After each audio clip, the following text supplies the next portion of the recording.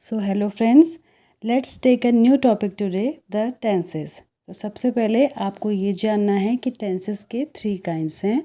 First is present tense, second is past tense and third is future tense. So each tense has 4 kinds. हर tense के 4 प्रकार हैं। पहला present tense के first type में आता है प्रेजेंट इंडेफिनिट, या फिर आप इसे सिंपल प्रेजेंट भी कह सकते हैं। Second present continuous, third present perfect and fourth is present perfect continuous. इसी तरह पास्ट टेंस के भी 4 काइंड हैं, past indefinite, past continuous, past perfect और पास्ट परफेक्ट कंटिन्यूअस।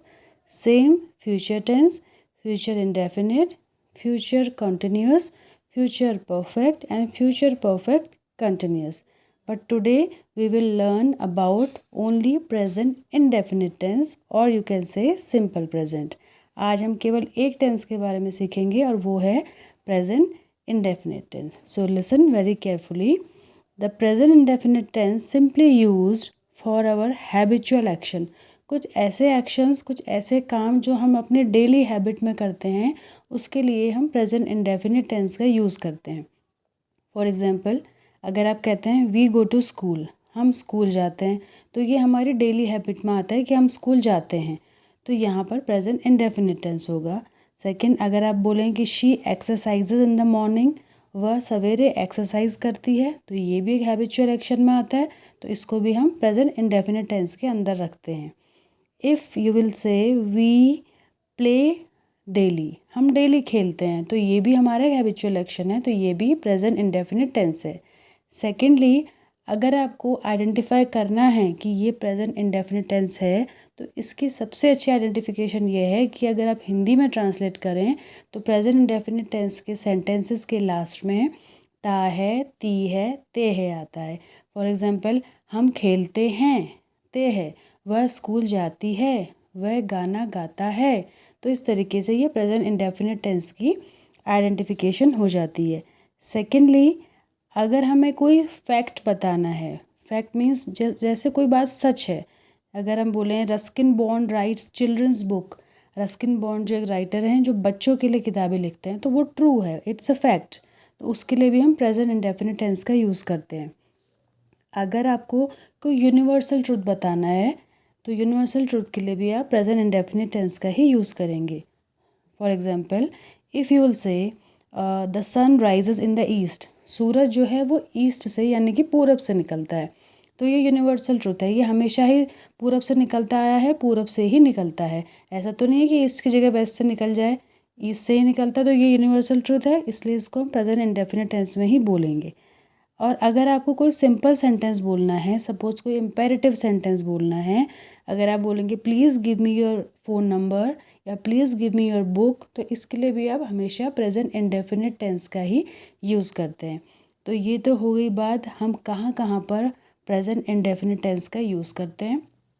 अब हम एक आइडेंटिफिकेशन और पढ़ेंगे, और वो है प्रेजेंट इंडेफिनिट टेंस में कुछ पर्टिकुलर प्रोनाउंस होते हैं जिसके साथ हम एस और ई एस का यूज़ करते हैं। वो पर्टिकुलर प्रोनाउंस हैं ही, शी, इट, इनके साथ हम एस या ई एस मीन्स कहाँ पर वर्ब में एस और ई एस का यूज़ करते हैं। फॉर एग्जांपल, अगर आपने बोला वह क्रिकेट खेलता है, तो आप ऐसे बोलेंगे he plays cricket, he play cricket नहीं बोलेंगे, ही प्लेज क्रिकेट, क्योंकि वो सिंगुलर प्रोनाउन है, तो सिंगुलर प्रोनाउन के साथ जैसे मैंने आपको बताया कि हम एस और ई एस का यूज़ करते हैं, तो he plays cricket, she plays badminton, इस तरीके से हम एस और ई एस का यूज़ वर्ब के साथ करेंगे। बट कुछ वर्ब ऐसे हैं, कुछ प्रोनाउन ऐसे हैं जिनके साथ आप एस या ई एस का यूज़ नहीं करते, वो होते हैं आई, वी, यू, दे। जैसे आप बोलेंगे आई गो टू स्कूल, हम यही बोलते हैं आई गो टू स्कूल, हम आई गोज़ टू स्कूल कभी नहीं बोलते, क्योंकि ये सिंगुलर प्रोनाउन है, तो इनके साथ एस ई एस का यूज़ हम नहीं करते।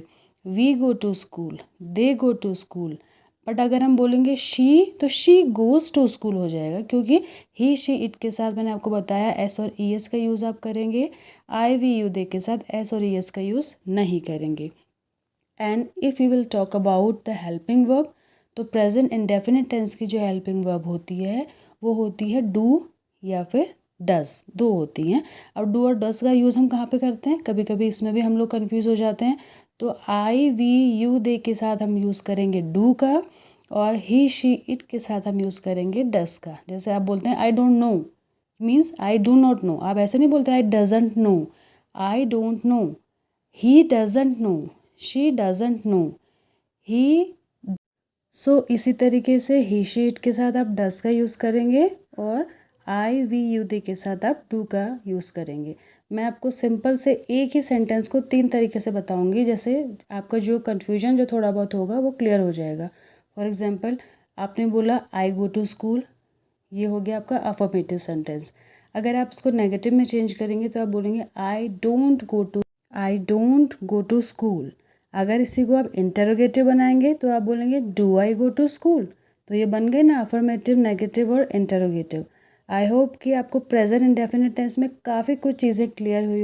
And after listening the video, if you have any doubt, any query, then you can definitely ask. उसके लिए मैं फिर से अलग से विद एग्जाम्पल्स एक वीडियो आपके लिए बना दूंगी। Thank you.